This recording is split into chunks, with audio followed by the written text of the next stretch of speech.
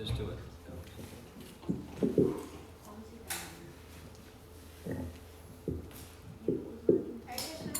Hare Krishna.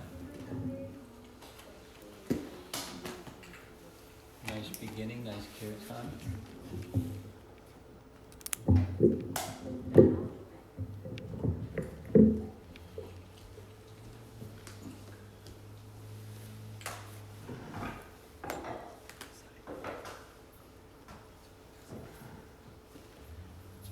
Is there some way to adjust this so it's less rectangular and a little taller?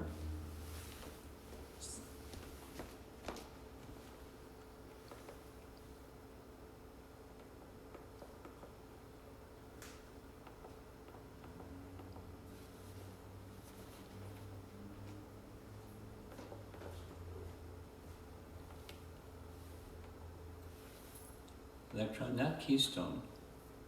Not keystone. The aspect ratio. Huh? Aspect ratio. Whatever you want to do, Yeah. but you know what you're doing, but it's not Hopefully, keystone. yeah, it's not keystone for sure.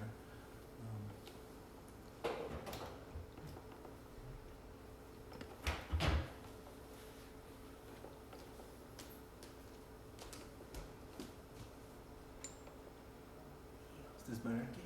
That's better. You can go up one more? I think this is. That's it, huh? Okay. That's the maximum. How do you hit it?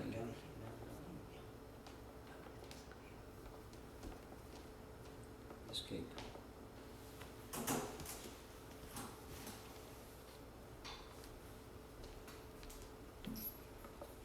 Okay.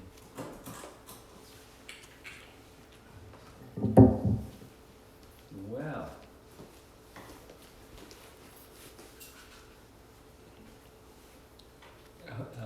Make sure we're doing what the people recommend, our social distancing protocol.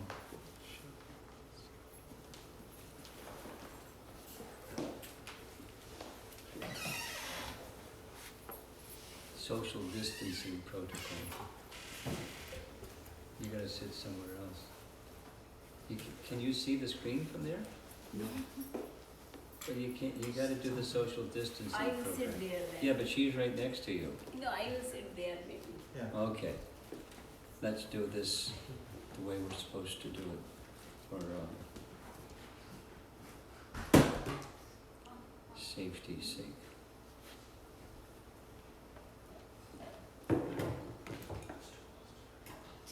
I can sit close to Okay, so yesterday was Ram Navami, right? Now you're from South India. Your parents are from South India. I learned something yesterday.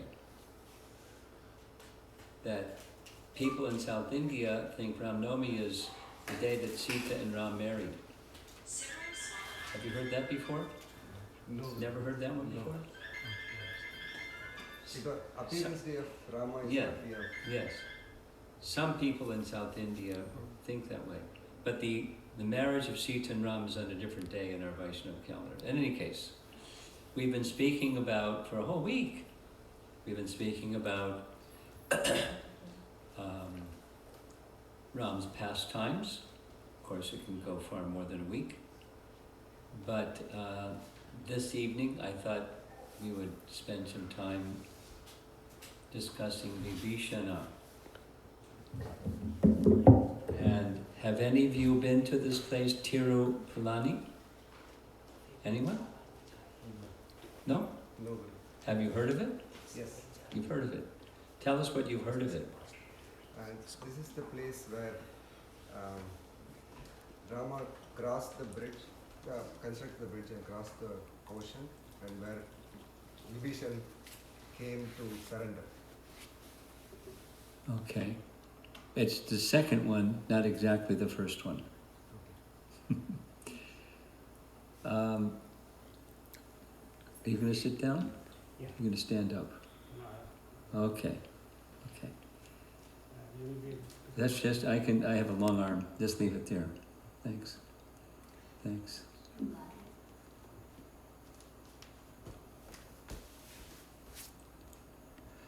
So it's a celebrated place. It's understood as the place of surrender, because in addition to, as we see in this image here, Vibhishana surrendering to Ram, there's others which we'll narrate at the end. there's supposed to be a little announcement about garlands. Somebody out there said, I'm nervous because who knows who handled the flowers before they made the garland.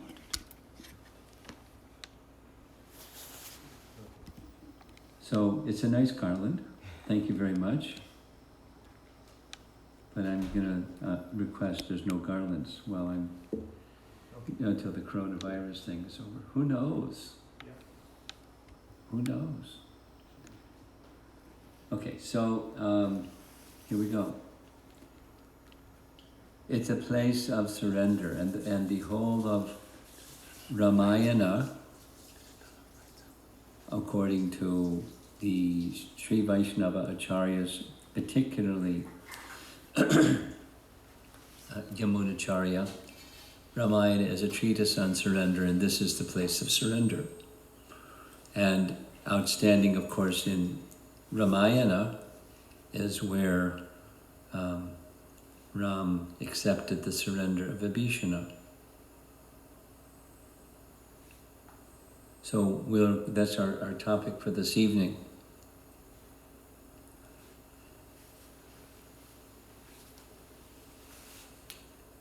A little background. This is an interesting painting of Ravana with his 10 heads and 20 arms, shown there playing a musical instrument. This had to do with Ravana getting the name Ravana given to him by Lord Shiva, because he went to visit the abode of Lord Shiva, Mount Kailash, you see in the background, and Nandi wouldn't let him enter, so he, I'll show you who I am, and tried to lift Mount Kailash, and the whole of the mountain started to shake, and Parvati became disturbed. She turned to Lord Shiva. He said, don't worry. Can something be done with the control of the sound, because it doesn't sound right? Someone's checking it? Yes. Okay. So the whole of Mount Kailash began to tremble. Lord Shiva said, no worries, just placed his foot on the mountain. And for 1,000 years, the powerful Ravana had his arms trapped under Mount Kailash. And the veins in his arms were bulging out, and he was in enormous pain, crying out, roaring very loudly. He was advised, music skill, your father taught you, and so why don't you use your veins and he has a musical instrument and sing some nice songs in glorification of Lord Shiva. Lord Shiva was very pleased. He gave him some boons, some weapons, and gave him the name Ravana, or he of the terrifying roar. So his half-brother was Kuvera, from the same father, Vishrava. So Vaishravana was his brother's name, meaning hearing distinctly. So they're half-brothers, Kuvera, or Vaishravana, Vaishravana and Ravana. So here's a little picture of the family tree. There at the top, of course, is Brahma, and one of the sons of Brahma was Pulasya. Pulasya married the daughter of the sage Trinabandhu, and Ravana's father Vishrava was born, so third in line from Brahma. And Vishrava had 2 wives. One was married to the daughter of Bharadwaj Muni, and Ravana's father, Vaishravana, was the son. He became Kuvera, but there was this second wife. It's a long story, which I'm not going to narrate. It's very complicated. But a Rakshasa named Sumali, together with his wife, Ketumali, had a number of sons and several daughters. And Sumali became really impressed with the opulence of Kuvera, the Pushpaka Vimana, and so forth and so on. And so he, Sumali, sent his daughter to the ashram of Vishrava with the appeal that she be accepted as a wife. And he accepted her as wife, and they had children. One place in Valmiki Ramayana speaks of 4 children, the first 4 you see. By birth, it was Dasagriva. Later, he was given the name Ravana by Lord Shiva. And then 3 others, Kumbhakarna, Vibhishan, and Shurparnaka. Now, Shurparnaka, when she's meeting Ram and Lakshman for the first time, she identifies who she is, and she names Kara and Dushan as brothers. And elsewhere speaks of them as brothers, but there's a specific place in the concluding kanda of Ramayana where Valmiki speaks of 4. So 4 or 6, depending which part you read. We had this long discussion yesterday evening on Ramayana evening. There are so many different versions of Ramayana, it makes your head spin. And even ones that are authorized, and there's different narrations in those authorized ones, what to speak of the other ones. If anybody becomes a little bit familiar with Ramayana knows it's safest to stay with the gold standard of Valmiki Ramayana. But there are some things in Valmiki Ramayana that differ from Srimad Bhagavatam, which is also our gold standard, so it's a little confusing. Which can be simply understood. There's different cycles of the 4 yugas and different appearances of Ram, and then you can just wipe your forehead from perspiration and it's okay. But at least within our disciplic succession, these things are not so, there's not the same volume of commentary from our acharyas about Ramayana as with Bhagavatam. So here we go. Vibhishan, when Vibhishan is mentioned by Shurpanakha to Ram, she speaks of Vibhishan as her pious brother, unlike the rest of us. And somehow he was not just pious, he was a great devotee. And we'll see that shortly. The first we find in Ramayana is Hanuman meeting Vibhishan. And where it shows up so this is Hanuman being able to take any disguise he likes, as when he first met Ram, he was disguised as a Brahmana. So here's Hanuman disguised as a Brahmana meeting Vibhishana. At least that's what the artist has depicted.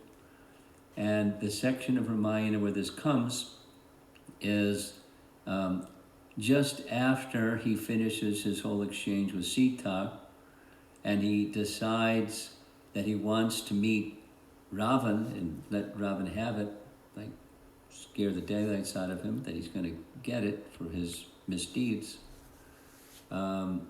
He happens to pass by one of the palaces where someone inside is reciting Vishnu Sahasranam. It was like, whoa, in Lanka. So he met Vibhishan, had a short conversation, and then he begins these other activities that he did, destroying the garden, defeating the soldiers. After destroying the army of 80,000 of Ravana's soldiers, then Ravana sends Jambumali, and Hanuman kills Jambumali. And then Indrajit is sent with his special weapon, his Shakti weapon, that ties up Hanuman. They bring Hanuman before Ravana, and so back and forth. But the Shakti weapon of Indrajit lost its power after some time, and Hanuman says some pretty strong things, and they decide they want to light his tail and punish him. Vibhishana advises, don't kill, you don't kill the messenger. That's not Vedic.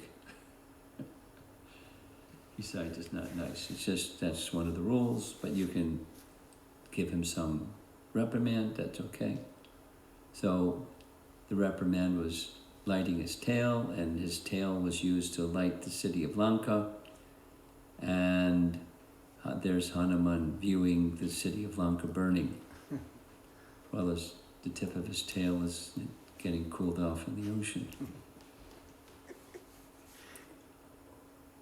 And when Hanuman goes back and informs everybody, and especially Ram, there's a whole scene of returning to Kishkinda and that scene. Everyone goes again to the place where they can best go to Lanka. There's consideration of how to do that. Meanwhile, back in Lanka, Ravana calls for a meeting with his ministers, because Lanka just got destroyed, or partially destroyed, by one monkey. And the monkey said, there's millions of us as powerful as me, and you've had it, and Ram is invincible, you've had it, you're in big trouble. So he calls his ministers. It's an interesting painting, huh? And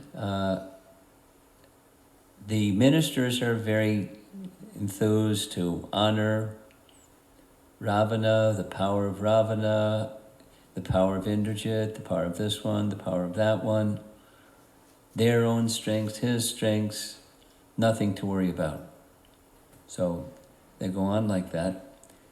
And then Ravana's maternal grandfather, so we saw the family tree, who his mother was, and this is his mother's father, maternal grandfather, Malyavana, spoke very clearly, directly, strongly, advising Ravana to return Sita. And he was not inclined. So I'm going to do a little reading now, because the language of how Vibhishana speaks to Ram, to dissuade Ram from the next step, combat with Ram and so forth. There are 3 different sections during this gathering that he's called. When it's Vibhishana's turn to speak, I'm just going to summarize. The main point is return Sita. But he says, you're having kidnapped Sita as a heinous sin, and you will suffer and we will suffer because you're our leader. And Ram didn't cause any harm to you, and his harm to Kara was self-defense. Kara was attacking, and he defeated Kara out of self-defense. So there's no impropriety, but if you want revenge, then you should have fought Ram in battle, not abducting his wife. And he goes on to say, it's a very long section, I just see how powerful was Hanuman. We can travel, Rakshasas can travel with airplane and mantras and some mystic powers, but Hanuman just flew across the ocean and flew back. And he told us, many as powerful as me, and don't underestimate his power. And just, given the situation, there's standard things that Kshatriyas should do for gaining victory when there's a challenge and you haven't exhausted those.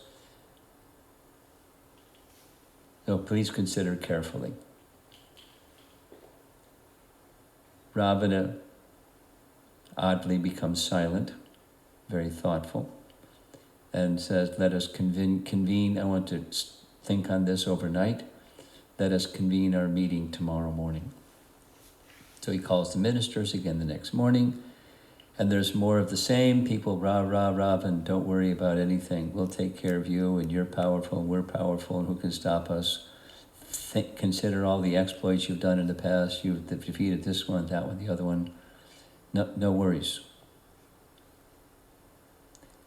And Vibhishan is invited to speak, and he says, I'm sure you've all seen so many bad omens, and this means, portends very terrible events soon to take place here in Lanka. And Ravana dismisses the omens and says, I'm powerful and no worries.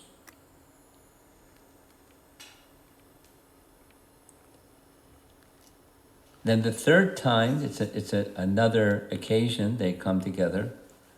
Kumbhakarna is invited because Kumbhakarna woke up.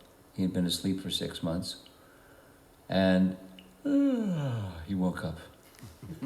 So Ravan wanted Kumbhakarna to come into the assembly and say what he wanted to say.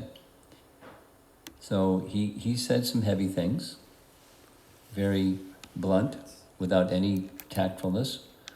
He said, you're asking us after the fact. What's our advice? You already did the deed, and the deed is a sinful deed, and there's going to be consequences for the sinful deed. What you should have done is killed Ram and Lakshman first, and then you could have abducted Sita because she's without a husband, but you abducted the wife of someone, so you've done a very bad deed, and now you want advice. But putting all that aside, you're my brother, and I'm very powerful, and I'll destroy the whole army and Ram and Hanuman and everybody, now that I'm awake. So I'm just going to read what Vibhishan says.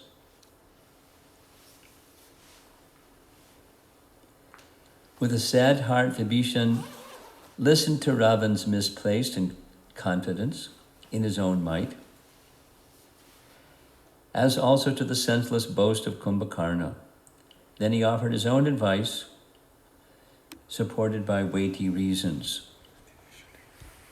Sita is like a mighty serpent. Thoughts about her are the cruel venom that deals instant death to others. That serpent, huge of body, need not sting a man. Its mere touch is fatal. What impelled you to go in search of this serpent? Bring it home and place it in your home. I pray you take her back to Ram before he kills all the Rakshasas. And then he speaks very strongly against person after person amongst the Rakshasas. You, Prahasta, those with wicked hearts are ever inclined to vice and cannot even dream of the world of light. Your plans against Ram will all miscarry, though you and Mahodara and Kumbhakarna and the king himself put your heads together. Can one cross the ocean without even a raft? Ram is adept at anything and everything. And you and I and all our Rakshasas banded together cannot do him the slightest harm. He will sacrifice all other aims of life, but will never give up Dharma. He is the foremost of the warriors. Our king is sunk in the pleasures of senses, cruel by nature. He acts on impulse without forethought. And you, his friends in name, are in reality his worst enemies, forgetting his weaknesses. You encourage his cruel nature and flatter him to his heart's content. You have come to destroy the Rakshasa race. If you are true friends of his, group yourselves together with one mind and drag him away by the hair of his head, if necessary, from unrighteousness. What I advise is in the best interest of this Lanka and all the Rakshasas that live so happily within its walls, of our Lord and ruler and his countless friends. He may not like it, but we must act together to restore Sita to Ram, even if we have to keep our king under restraint. As Vibhishan, wise as Brihaspati, offered his counsel, Indrajit, the best and bravest of the Rakshasa heroes, heard him and with anger and impatience rebuked his uncle and blah, blah, blah. Indrajit was radiant in his might. No one dare approach him. What he said, he did. Vibhishan himself, no mean warrior, listened to him patiently and again offered advice, pregnant with meaning and most conducive to the interest of his master. But it failed to make any impression on the mind of Indrajit. My dear boy, you are yet a youth. Your intellect has not reached maturity. You are not yet capable of carefully investigating a subject and reaching a sound decision. You rave wildly and foolishly and seek your own destruction. I have been saying again and again, with many strong reasons, that if we oppose Ram, it would be the end of Ravana, his sons, his kin, and his army. But you are obstinate in folly. The son of Ravana, only in name, you are in reality his relentless foe, bent on bringing about death. You would ruin not yourself alone, but him that brought you into this world. Your Majesty, for our many sins and of omission and commission, there is but one remedy. Let us hasten to place at the feet of Ram our wealth, our gems, our ornaments, our garments, our most precious possessions. Let us take back to him Janaki, who is like Mahalakshmi herself. Let us entreat him to forgive us our sins then, and then alone shall we and our lives be in peace and happiness. I can think of no other course than this. Just what Ravana wanted to hear, right? But fearless, and Ravana went into a rage. Ravana's younger brother Vibhishan argues with Ravana that he cannot possibly withstand such an army and should hand over Sita to obtain peace. They disagree, and Vibhishan defects to Ram's camp with 4 ministers. Now, his defecting is pretty far out. They're sitting around the table. Ravana has said, if you weren't my brother, you're dead. But I'll spare your life. But there's no place for you here. You're an enemy in our midst. So Vibhishan and his 4 ministers rise, just like mystic power, and they go directly to meet with Ram. It says it took them 48 minutes.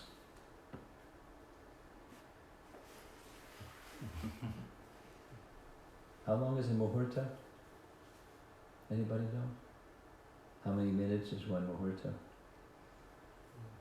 Huh? You don't know. Okay. Something to do with, that's where they get the 48 minutes. So now, as you know, the painting shows it very nicely. He didn't come in for a landing. He stayed hovering in the air. Of course, this painting shows right there is Ram and Lakshman. But he is greeted, they see him coming, so Sugriva, Jambavan, Angada, and this one and that one and the other one, they have this little, like, what should we do? And it's kind of a celebrated section. They disagree. They're all devoted to Ram. It sounds like a Hare Krishna temple, right? They all are devoted to Ram, and they have a different point of view. They don't agree with one another. Familiar territory. So, only when called upon does Hanuman speak, and Hanuman is the only one amongst them that understood. I mean, Sugriva is the most mistrustful. He's come because he knows that Rama is going to be destroyed and he wants to be the next king. It's just self-aggrandizement, and so I don't trust him. And then somebody else says, well, let's accept him, but let's watch him. And then others say, well, how can you watch him, because he'll just be on good behavior until he gets a chance to do his bad stuff. And on and on and on and on and on and on. And Hanuman says, whether he has some selfish motive or not, he's taking shelter of Ram, and Ram will accept him. And this is that place where Ram makes this very celebrated declaration that one who takes shelter of me even once sincerely, from that day forward, I will give him protection and he'll be free from fear. Something like that. So, the Sri Vaishnava Acharyas speak in this way. These 4 ministers in the Sharanagati department, they represent one who's taking shelter and one who is giving shelter. So the Sharanagata, there's 2 principles out of the 4 ministers. This is worth remembering. Akinchanatvam, we know what tvam means, having the quality of akinchana. And we know this word akinchana, that's from Queen Kunti's prayers. I possess nothing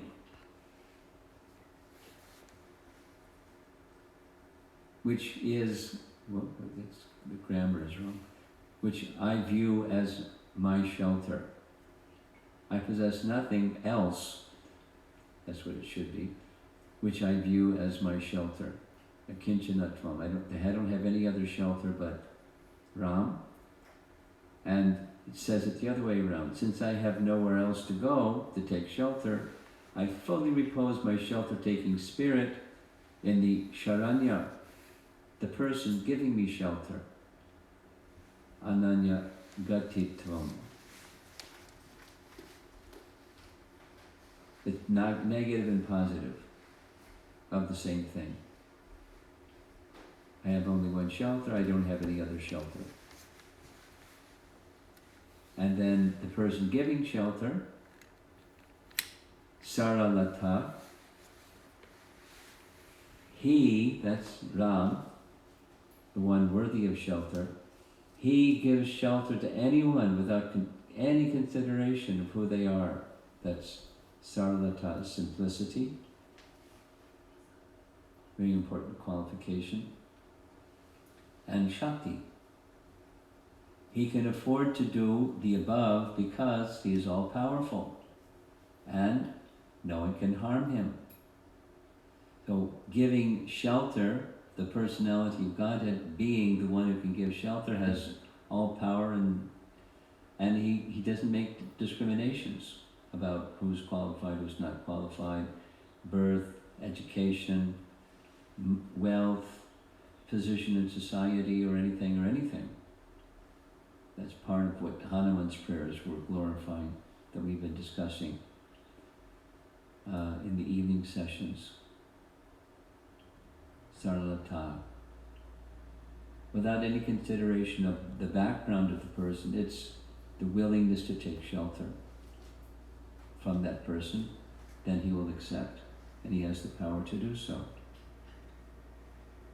And the one that he has special affection for is one who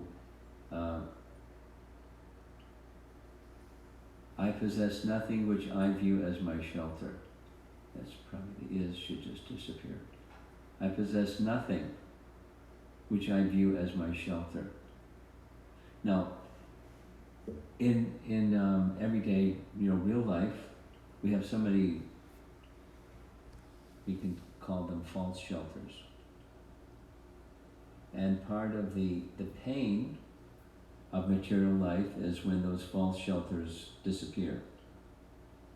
They're taken from us, or something, circumstance, somebody's wealth, or someone's family member, or their something, or their prestige, their honor, their something of this world. It's gone. So we have many false shelters. So akinchanatvam is not having such other shelters, but having one complete shelter. So that's a nice lesson. These are nice terms to remember. Akinchanatvam and ananya gatitvam, from the person taking shelter, and when giving shelter, saralata, simplicity, and shakti, the power to give shelter.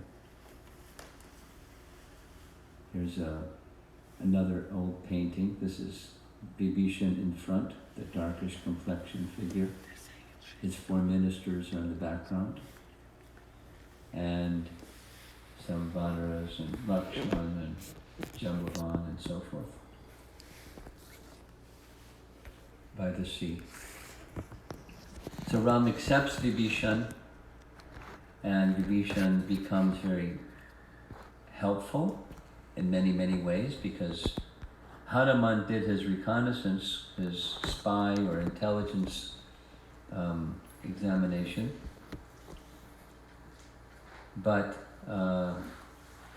Vibhishan lived there, so he knows everything. He knows where the fortresses are. He knows everything.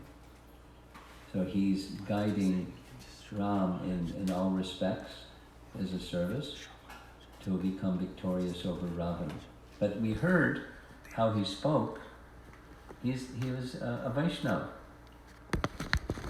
And we heard that Hanuman heard him chanting Vishnu Sahasranam in his home or palace in Lanka, in the midst of Ravana. So he's not just a circumstantial devotee because he knew Ravana was going to get smashed. He's a devotee.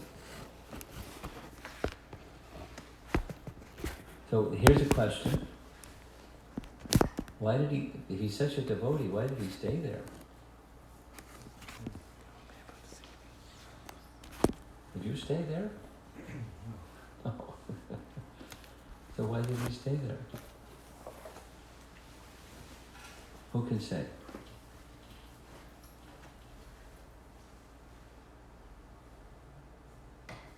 Duty? Huh? Duty? Duty.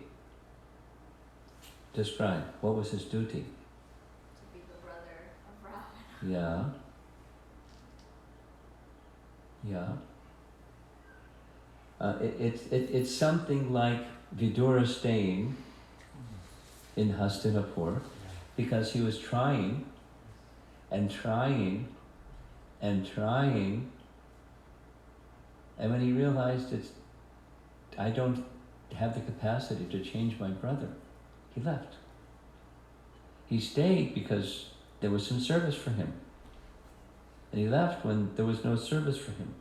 Here's a quote from Srimad Bhagavatam, specific to Vidura, 113.22 purport. Prabhupada writes, "Saints and sages like Vidura approach such foolish men to awaken them to the real situation, but they," persons like Dhritarashtra and Ravana, "take such sadhus and saints as parasites of society, and almost all of them refuse to hear the words of such sadhus and saints, although they welcome show bottle sadhus and so-called saints who can satisfy their senses.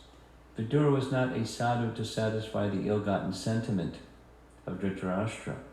He was correctly pointing out the real situation of life and how one can save oneself from such catastrophes. So there was some service for him. That was his duty. Try to rectify his brother. Didn't work. He tried. Didn't work. Now, we heard from how Shurpanakha spoke with her brother, and apparently, Rakshasas have this way of speaking with one another that's not very polite. They speak in really severe, harsh tone. So it's not so unbecoming of the Rakshasas to speak really strongly like they speak to one another, but they don't speak the truth like Vibhishan. So because Vibhishan wasn't like the rest of them. Now there's, in this place of surrender, there's two other incidences, both connected with Ramayana, where persons took shelter. Can you think of someone else who may have offended Ram and took shelter of Ram at this place?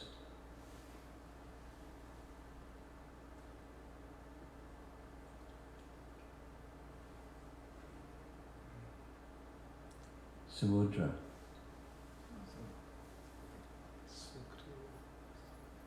Ram wanted his assistance in crossing the ocean to get to Lanka. So he underwent a fast for 3 days, and Samudra was not responding, and so Ram became angry. And Samudra came and did what we see here. Same location. Same location. Not exactly the spot where the bridge was built, but it's just a place of surrender. And then another thing that happened was, after Vibhishan left, Ravana had sent some spies, because as you remember, Shurpanakha was advising Ravana, you gotta have spies. So he sent some spies. And the spies were mixing around, because Rakshasas had the capacity to assume different forms. So they assumed a form, kind of blend in with everybody else. But it was detected. They're not one of us. And so they were brought before Ram. And they surrendered to Ram. And he accepted them.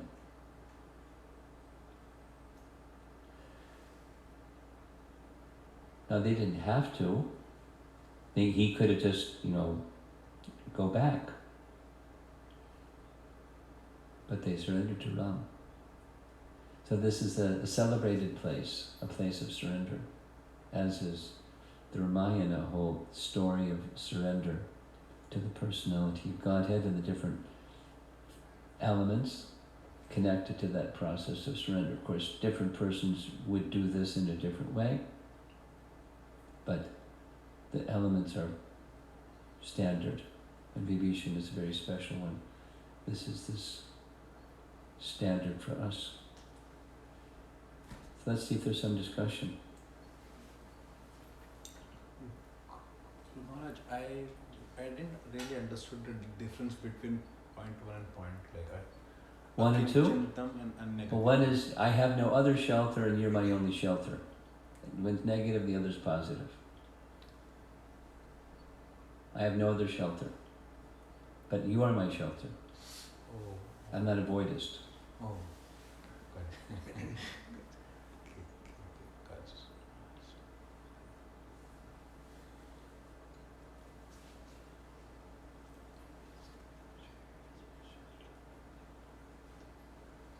Hare Krishna, Guru Maharaj. Yeah.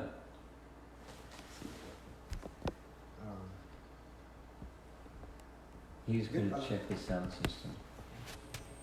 Hare Krishna.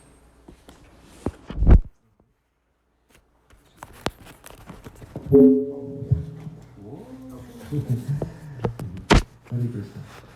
Guru Maharaj, along with Vibhishana, 4 of his followers also came, Ministers, yeah. ministers.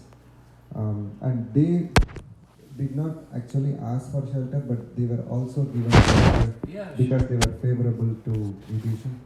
Well, because he's their leader, and they were following him. They left to take shelter. They left to follow their leader, who left to take shelter and be in his service. So, it's not recorded and reminded they say anything or anything like that, but that's their intention. So can I take that if we also follow the leader, Prabhupada, so we... But you have to surrender is from the heart, so not just follow and close your eyes. Yeah. But it's from the heart. From the heart. Yeah, that's what surrender is. And then the rest of life's actions follow the heart. Okay. Anyone else? Vibhishana. Yes, I can count on you to have a question or two. Hare Krishna Maharaj. So, like Vibhishana, Not a little further away.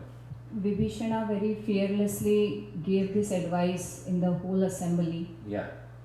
So, how did he realize and when did he realize that Lord Ram is the Supreme Personality of Godhead and he should just surrender, everybody should surrender completely and There must have been a guru.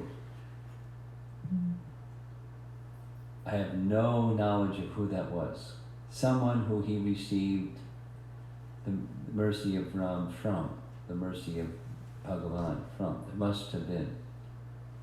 And who that is, I don't know. He's like a lotus in the mud. So my next question is, Maharaj, this about akinchanatvam. So in material world, this is for my personal application, Maharaj, that I struggle a lot, like Kunti Maharani says to Krishna that one who is after wealth, good education, all those things, he can never feelingly call out to you. Right. So that sounds very heavy to me, and I feel that there is really no hope, because I certainly tend to go behind these things with regard to my children. They should progress properly, they should be able to live in this material world properly. At the same time, they should take care of their spiritual well-being also. So what should be my consciousness for myself as well as while I'm bringing them up? Leverage things, everything, that and everything else in the direction of their life, my life is meant for an offering unto Krishna. And it's not, that is to say, those things have their practical application, and the practical application goal is taking full shelter of Krishna. So each of us have our different nature. Let's just take a look at Sudama Raman. He had a certain nature. And then we'll take a look at Maharaj Ambarish. He had a certain nature. So different in everything in between. So different persons have different natures. So you ask yourself, is my nature, and you ask yourself about each of your children, what is their nature, and to what degree, according to my nature and each child's nature, is there, in order to be peaceful and move contentedly on the path of bhakti, what's the requirement?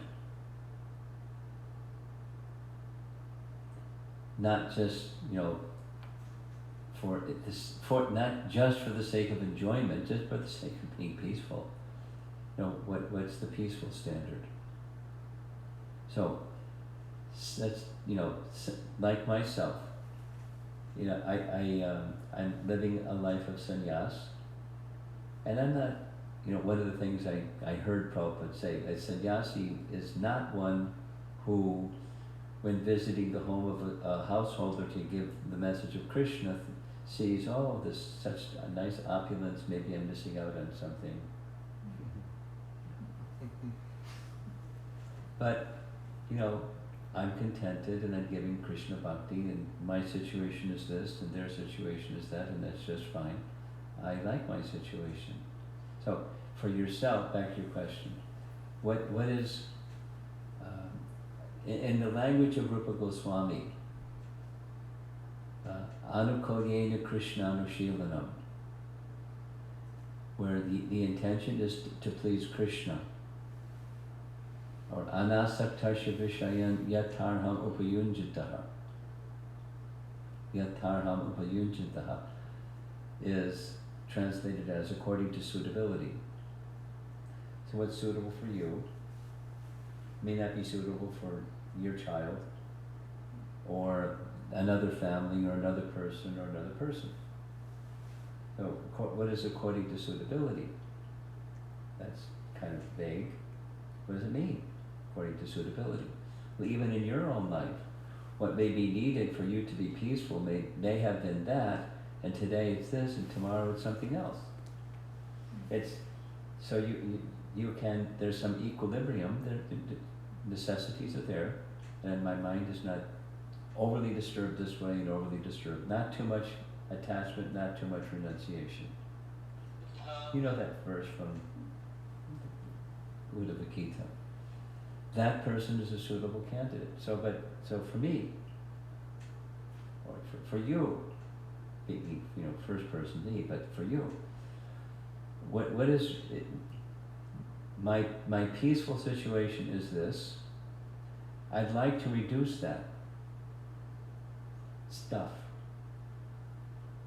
I'd like to go in that direction, not artificially, but according to suitability. And then, my dependence, according to suitability. There's some lines that are just like, no, not okay. But according to suitability otherwise.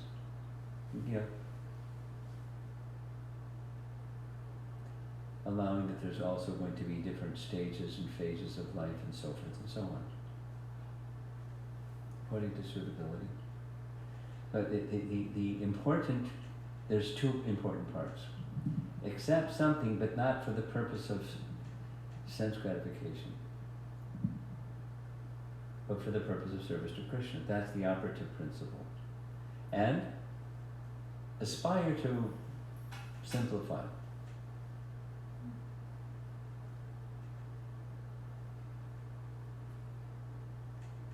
How many pair of shoes do I need? Or whatever. Thank you.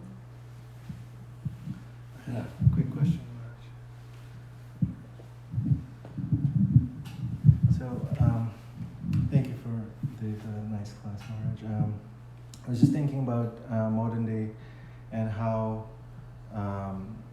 there's a lot of Ravanas ruling different nations today. Little Ravanas. Yeah. And, along with them, there's a lot of Vibhishanas also advising them. And if you take it at, a national level, it's, the presidents or the prime ministers and, advisors to them. And the same thing when you come down to a level of like a company or, a boss and somebody reporting to him. There's a Ravana and a Vibhishana there as well. So what is your advice in terms of like what can we take as Vibhishanas when you put somebody in the role of a Vibhishana, what lessons can they learn from the actual Vibhishana that they can apply when dealing with such a Ravana who in spite of what is seemingly right for Vibhishana may not be right for the Ravana. there's a lot of like conflicting, interest, because Vibhishana is. I think I would feel more comfortable, because every time I hear you making this comparison, I'm a little uncomfortable, because they're tiny Ravanas, and they're not Vibhishanas. Ministers to government leaders today are not Vibhishanas. They're, just smaller Ravanas.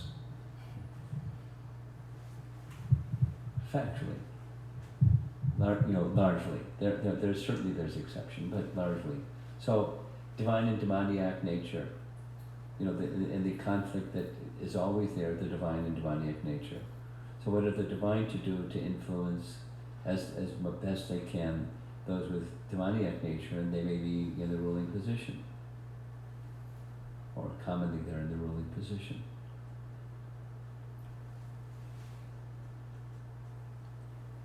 Well, step back from that question and take a look at what, this is my response. Take a look at what Srila Vyasadeva did.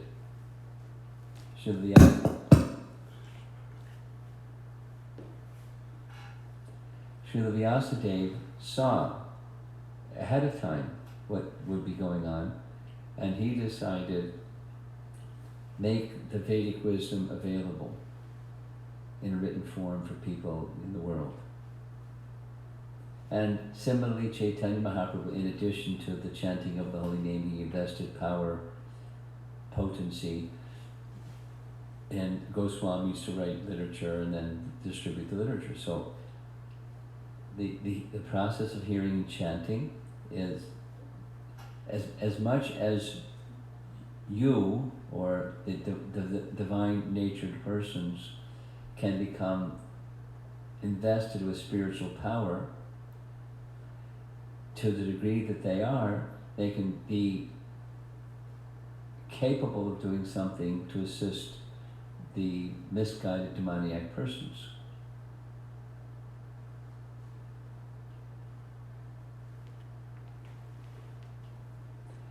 Purity is the force, in other words, and so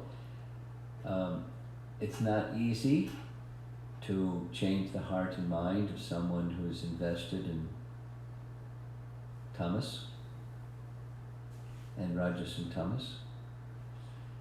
So being a bearer of bhakti, and the more the merrier. Work collaboratively with others who are the divine nature and other devotees who move in different circles. So in the workplace, it's not easy because there's probably not too many devotees in the same workplace. So the effect is going to be reduced or minimal, but collectively, thinking on the bigger scale, the influence of the devotee population in the world is dramatic. Of course, the influence of the asura population world is also dramatic. And there's this, as Prabhupada describes, since the beginning of time, this conflict between the two, divine and demoniac nature. So to improve the divine nature in the world is be divine and work closely with others who are so inclined, and that in the manner that Chaitanya Mahaprabhu has given us. This, especially this process of hearing and chanting.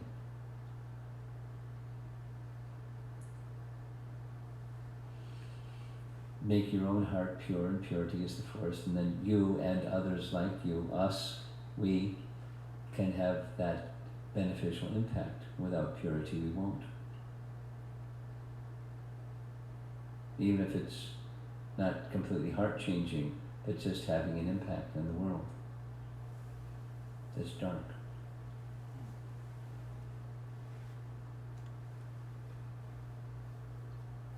We're tiny, and the force of the material energy is very strong. But what are we going to do? We'll get crushed. But the spiritual potency is stronger than material potency. We take shelter of the spiritual potency, and to whatever degree we're empowered with spiritual potency, we can make a difference. in the spiritualization of whatever the situation is that we're in, the workplace or wherever.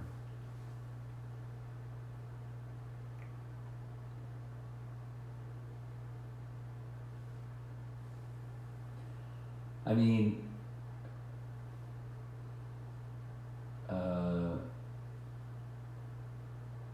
what's her name was running for Tulsi Gabbard? Yeah. I mean, she's Vaishnava, running for president. That's unheard of. I mean, how did that happen? Prabhupada. And Prabhupada threw somebody, and then somebody to her, and then here she is, running for president. You know, so just keep going. You know, there's a lot of other people that are not Vaishnava, that are not divine. Even people advising those that are the not divine are not divine. And the not divine people surround themselves with not divine people. It's just nature, birds of a feather.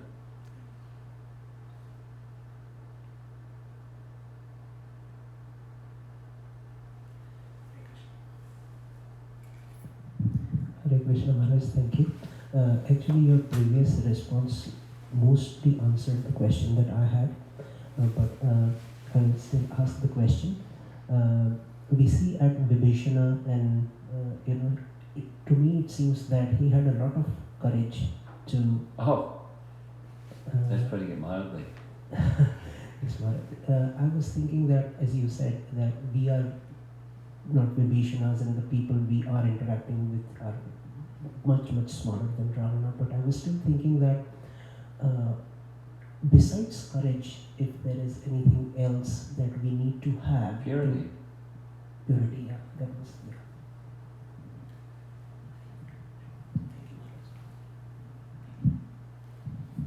Yeah, Maharaj, I had the question related to what Amara Mataji asked, that surrender, I mean, sometimes it becomes very heavy. So The word surrender or words and being a grahastha, like being how a grahastha? how should we balance, like what real surrender is, what real devotion is, what kind of things we should do or not do. For example, many times I feel, okay, why I am doing this, I should read Bhagavatam only. So when it comes to the activities, like suppose cooking is there, so a housewife cannot excuse herself from the cooking, never. So we have to balance, like we have to. No, it's not balance. I don't like this word balance. We have to cook anyways. Yeah, okay, but it's not that. The objection is not about cooking. The objection is about balance. So that balance means there's this over here and there's that over there, and how do I balance? And my answer to that is this over here and that over there both have the same purpose. Same purpose, yeah. So when you're cooking or when you're thising or thating, it's the same purpose. It's not a balance. Maybe it's time management, but it's not balance. Cooking is also devotion. Of course, and one can cook in gluttony, and one can cook in devotion. So this is part of my life, just like your daughter's answer about why did Vibhishan stay, duty, because this is a decision of your life that you have made. Fine. So now let me carry out what my duty is, and my real duty is to please Krishna. So let me do the cooking, and so then I can do my hearing when I'm cooking, and my devotion to while I'm cooking.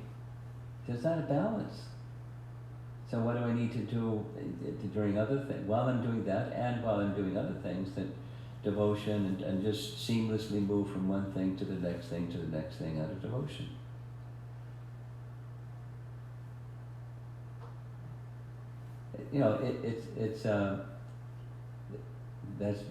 That's a life of bhakti. So now back to this, well, I should be reading the Bhagavatam. No, that's time management. This much of the day I'm going to read Bhagavatam, and this much of the day I'm going to take a bath, and this much of the day I'm going to cook, and this much of the day I'm going to clean the house, and this much of the day I'm going to do whatever the other things that I prepare for something. And they're all under one umbrella, not balanced. It's time management. Yeah. For Krishna. Yeah, it is clear to me. And one more question, few months back I was in Mayapur, and then there I met some German devotee, and she was talking to me, and she said that you are now more than 50, so as per to this ashrama's system, so you must be in your vanprastha now. So is that you are not staying with the family now, and you are, completely devoted to your devotional life?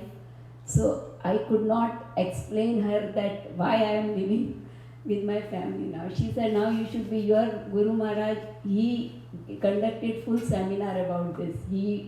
About this Varnashram Dharma. So then I said, okay, I will think and let you know, but I still live with my family and I am trying to follow.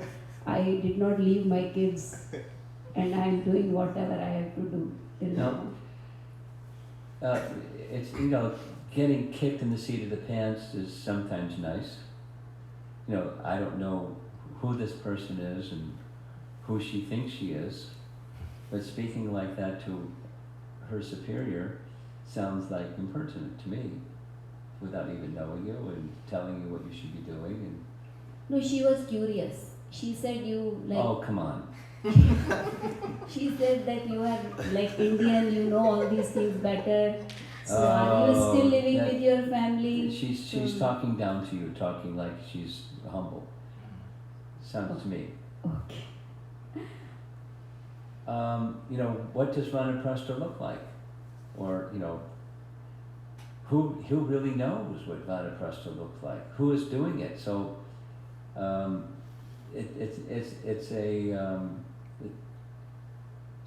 it's not well defined, put it that way. There's principles, but your age is not the only thing. You have a daughter that's in your care, and so when she's at the stage of her life where she's in someone else's care, then you can think differently. Right now you can't think differently. No, even like she said, your son is married. Do you still visit her, or he comes, or you have responsibility mind your own for business. him?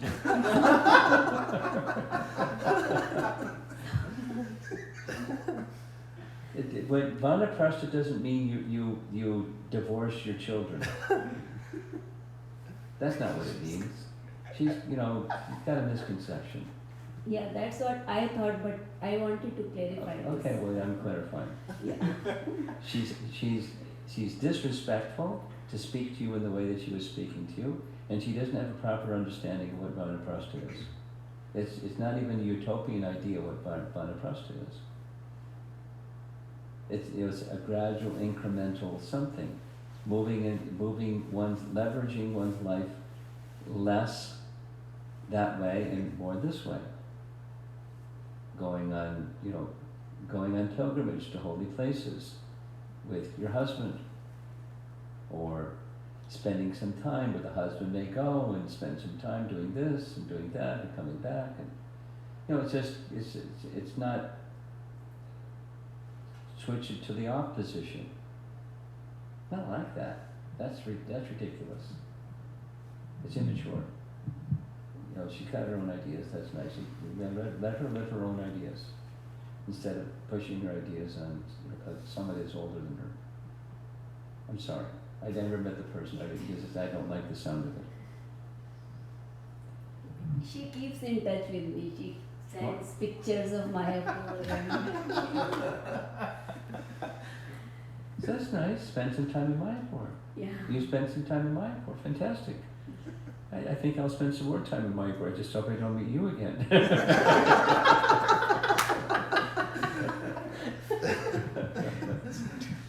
sorry. I have a question. What's up here? Yeah, about the Kinchanatvam. Kinchanatvam.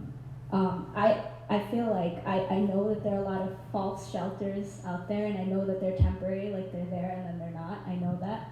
Good. But I feel like my condition is a little lower than both the Maravataji and my mom. I think that the issue for me, I think, is that I want to enjoy. And that's the condition that I'm in. That's just, honest.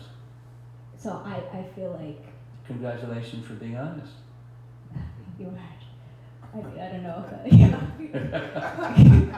But, So now, do you want to stay there, or do you want to gently and progressively move from there?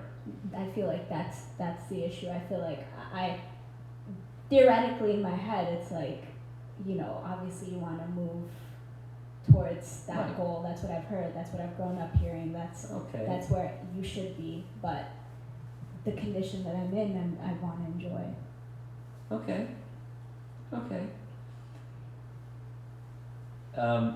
Here's what two things what Krishna says to Uddhava in the Uddhava Gita section. One, a candidate for bhakti is one who is neither too much attached nor too much detached. Too much attached or too much detached. The too much detached is impersonalist, and too much attached is the materialist.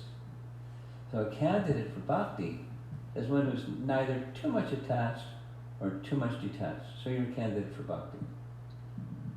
So you're just saying, I'm attached. I have this. I know, and this is where I'm at right now. Then another verse where Krishna speaks to Uddhava is, with such a devotee, they know that if I engage in activities of the senses, interacting with sense objects with a mood of enjoyment, with the intention of enjoyment, there's going to be some misery. But, so I accept there's going to be some misery. And I regret, there's degrees of regret also, but I regret this lingering tendency, but here I go, knowing there's going to be some misery along the way. And I'm hankering to get to that stage where that hankering for sense enjoyment subsides. So it's if you want to hear more on this topic, we had one of our Gita Nagari retreats was on that topic. That was the key verse. Remember? I think so. And the theme was acceptance and progress. Mm-hmm. So the part that you spoke, that's the acceptance part. It's good. To pretend to yourself or to others something else, that's silly. So, self-honesty, and then, okay, now, for me, what's a realistic progress? If, it's in my system because I learned it since childhood, but, that's not where I am right now. So, if it's a principle that isn't revolting to me, because materialists find that just simply revolting. Yes. Yeah. And for a person like you, it's not simply revolting. It's an ideal, and it's far from where I am right now. So for you or for somebody else, in your situation, many young people, not just grew up in the Hare Krishna family, but young people are in a similar position of attraction and not really fully contented with that. There's a higher happiness, there's a higher reality, and not really sure how to get there, and not really sure I really want to leave behind. So it's not unfamiliar territory, as you know, for people your age to be in that space. So now what? What's a doable step? What's something that I can do I mean, like kirtan, that's something you can do, and you enjoy it. I mean, you enjoy it. So enjoy it. Yeah. Yeah. And then, think of some other things that are pleasing to Krishna, and so it's whatever the percentage is that's pleasing to Krishna consciousness, and then what's pleasing to me consciousness, that is pleasing to Krishna. And, let me grow that pleasing to Krishna consciousness in this activity that I like, and whatever the other things that you like. You do those things. Right. Knowing, with faith, that's going to help me move down this path of losing that attraction for being the enjoyer of the temporary. Because I know it's a losing deal. Not only is temporary, it's full of misery.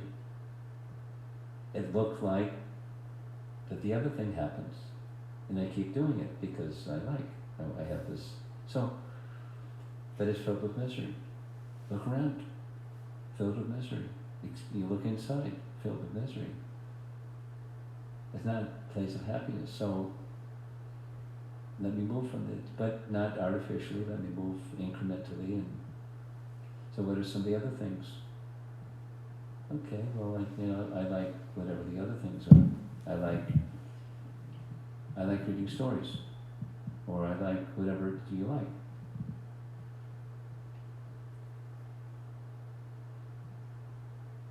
I feel like where I am right now, I feel like if someone told me to wash the pots in the kitchen, I could do that. Sure. Service, like any service, I could do it. Okay. That's where I feel like I am. Okay, fine. And in addition, the fact that you're doing, here's what Jiva Goswami writes in Canto 6, Chapter 1, text number something towards the beginning. It's just the feeling very contented to do service. That's a seed that helps bring bhakti about, especially when you connect that service to your devotional family. So the pots are going to be Krishna's pots, because they're going to be used for cooking for Krishna. Right. So it's not like your design, it's just the atmosphere that Krishna has placed you in. You're very fortunate. And then, so whatever the other things are that you like, you're happy to do it. So service, great. Do service. Anything that's connected with sacred sound, hearing, reading, remembering something connected with sound, spiritual sound, that's especially beneficial. Even if, like, let's just say, I don't know what, read a page of Bhagavatam every day. Read a paragraph of Bhagavatam. Read something every day. And, gradually developing a liking, or, there's so many stories. Right. Read a storybook, the biography of Prabhupada's life. Wow, it's really nice. Or, reading together. I know young people, they read together for 20 minutes. 2 people. They're selective about who their friends are. They found a friend and they're reading together for 20 minutes. And they like it. They like it so much they do it every day. Great. What else do you like? There's something, consciously select some things that are in the direction of light. Or, remembering Krishna, or remembering Krishna's devotees.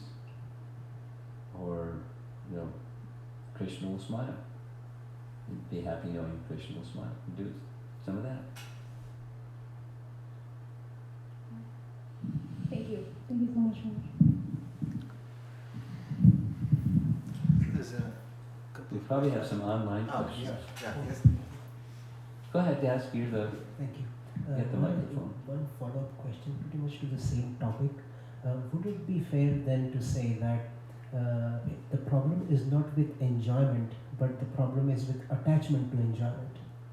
The problem is with enjoyment, because enjoyment carries with the connotation of sense enjoyment. The enjoyment, spiritual enjoyment is real enjoyment, But commonly the enjoyment tendency is sense gratification. Like, here's the object, here's my senses, woo woo woo, yummy, or whatever. It's about me, not about love. It's about me, and me means my senses. So enjoyment carries that connotation in common speech. Thank you, Maharaj. There's transcendental enjoyment that's quite different. There's some online. You have those Yeah, also? I have a couple. Okay. So you can finish it. There's more on YouTube. Okay. This question is from Gargi Mataji. There is the example of Bhishma in Mahabharata, who stays on. Who did what? Who stayed. He didn't Yes, quit. yes, he He stayed. stayed. But still considered a devotee. But in the case where we have Vibhishana who actually lives and acts on the path of Dharma, what is the difference between? Bhishma is one of the 12 Mahajans. So if we're going to make a comparison, he's in the better position, or he's the superlative person. So it's not just leaving is the standard of that makes you a better Vaishnava. Now, the reason that he stayed is stated right in Mahabharata, the external reason. And it's stated in Bhagavad Gita. Krishna uses the word avaricious because he was being maintained by the Kauravas. He felt obliged. Now there's higher principles. That's a dharmic principle, but there's higher dharmic principles. But, this man's a demon. I don't stay loyal to a demon, especially when there's a decisive act is required. So, but he stayed for another reason, for several other reasons. Krishna's in his heart, and Krishna was inspiring him to stay. In part because of chivalrous rasa, that's a deeper understanding, but Krishna liked combat, and so he was going to give combat. Anyway,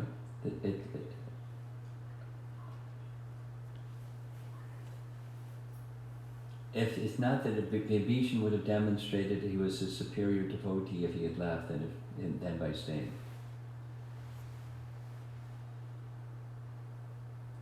From a transcendental dharma perspective, he should have left that company of Dushasana and the rest.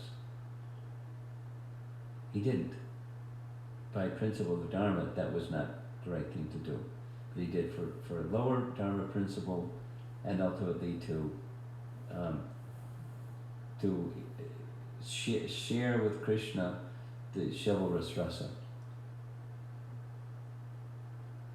Okay. This question is from Gayatri Mataji. She is asking, when did Vibhishana stop trying to rectify Ravana? When he left. If situation as such arise in our life, how does one know when to stop rectifying the person like Ravana? Well, if it's a person like Ravana, you don't even need to try. Impossible. But you give a sincere effort, and you try to purify yourself, and you do a lot of praying, and it takes intelligence. Krishna will give you intelligence when the bell rings. Like, I'm trying to do some service, but it's just not effective. So I think I'm going to take up some other service. So that's intelligence that comes from Krishna. It depends on the circumstance and your own capacity.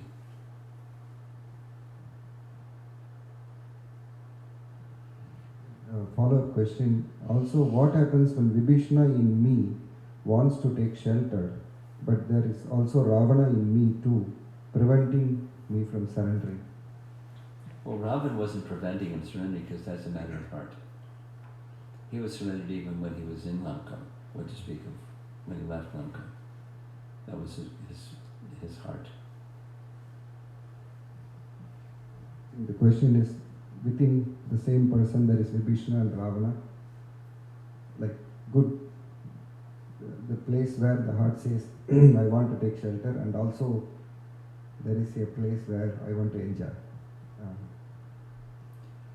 Are you clear what the question is? Because I'm not. You're not articulating it well if you are clear.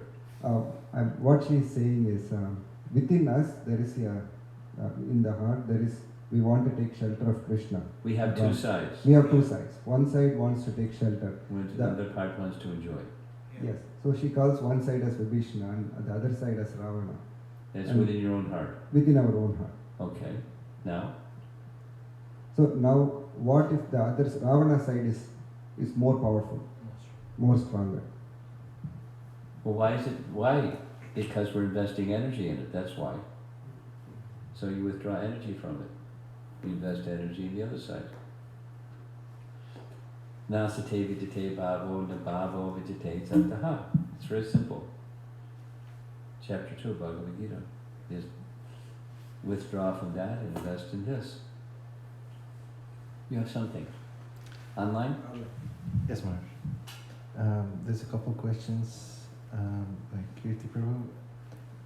Hare Krishna Maharaj, what is the background of Vibhishana? How did he end up being a devotee?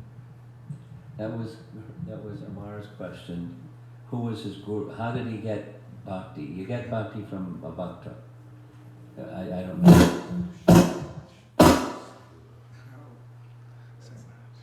That was pretty ecstatic.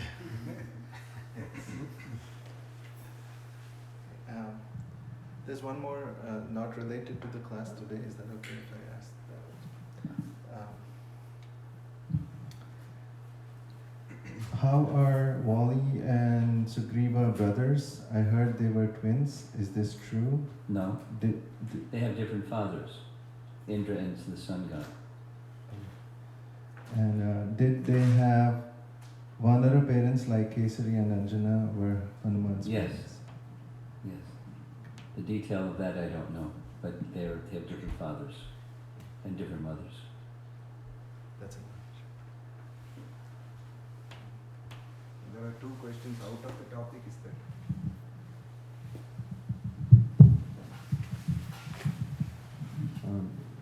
Both questions from Nataraja Krishna. My brother. So there are two personalities who left this world when the Supreme Lord was personally present before them.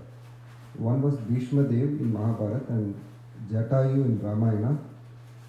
And also Haridas Thakur. Haridas Thakur in Chaitanya Charitamrita.